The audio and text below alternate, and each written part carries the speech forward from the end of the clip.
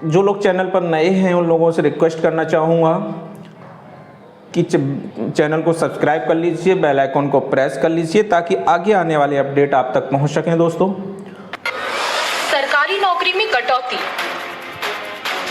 पुरानी पेंशन का खात्मा, सरकारी कंपनियों की निजीकरण, पीएफ पर टैक्स की मार, सरकारी चाबुक लाहूलुहान कर्मचारी।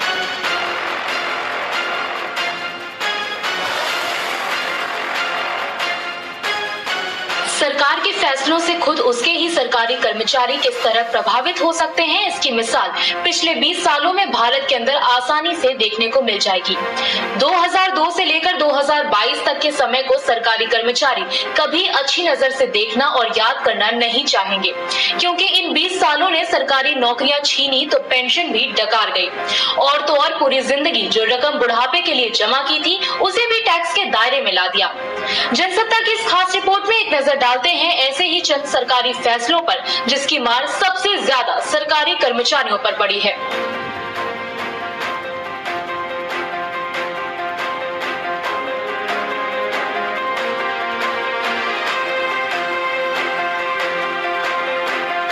साल 2002 केंद्र की सत्ता पर बीजेपी का कब्जा था। प्रधानमंत्री थे अटल बिहारी वाजपेयी। जिस उदार अर्थव्यवस्था की गाड़ी को कांग्रेस की नरसिम्हा राव सरकार ने हरी झंडी दिखाई थी, उसका गियर अटल सरकार ने बदल दिया और सरकारी खर्च कम करने के नाम पर खाली पड़े सरकारी पदों पर भर्तियां चरणबद्ध तरीके से बंद होने लगी। अटल सरकार ने फैसला किया कि हर साल 2% की दर से 5 सालों में 10% रिक्त पड़े सरकारी पदों को खत्म कर दिया जाएगा, जिससे कि केंद्र सरकार पर आने वाले सालों में वेतन और पेंशन का बोझ कम किया जा सके। इस ट्रेंड को अटल के उत्तराधिकारी मनमोहन सिंह ने भी जारी रखा और नतीजा ये हुआ कि सरकारी नौकरियों में भारी कमी आ गई। मजबूरन युवाओं को निजी कंपनियों की तरफ नौकरी के लिए रुख करना पड़ा।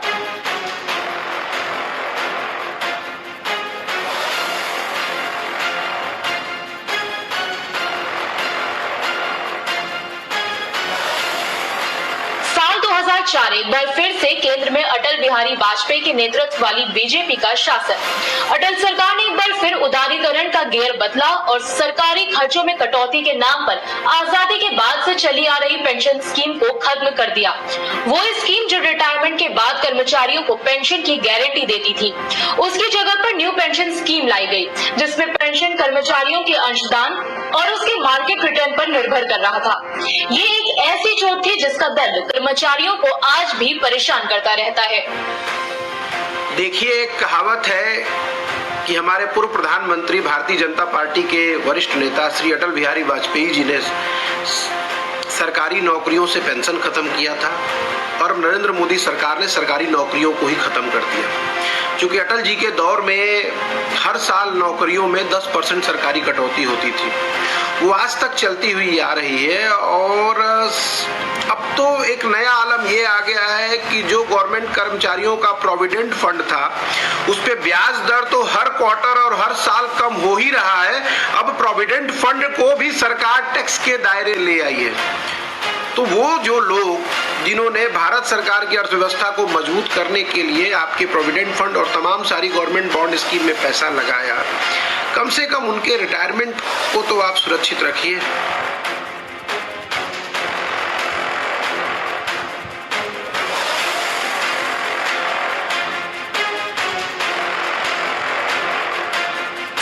कंपनियों का निजीकरण एक ऐसा मुद्दा था जहां बीजेपी और कांग्रेस की सरकारों ने कंधे से कंधा मिलाकर काम किया।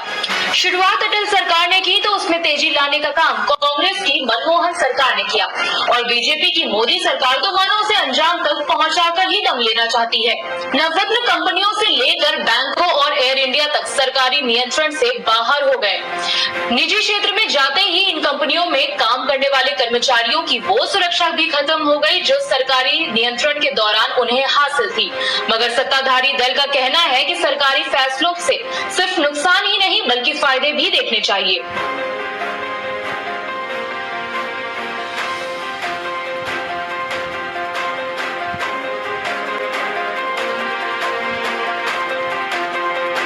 कर्मचारियों पर सरकारी चाबुक की असली मार तो पड़नी अभी बाकी थी। केंद्र में नरेंद्र मोदी के नेतृत्व वाली सरकार बनी तो सबसे पहले मैच्योरिटी के साथ पीएफ से मिलने वाली रकम को टैक्सेबल बना दिया गया, यानी पीएफ मैच्योर होने के बाद मिलने वाली रकम पर कर्मचारियों को अब टैक्स देना पड़ेगा।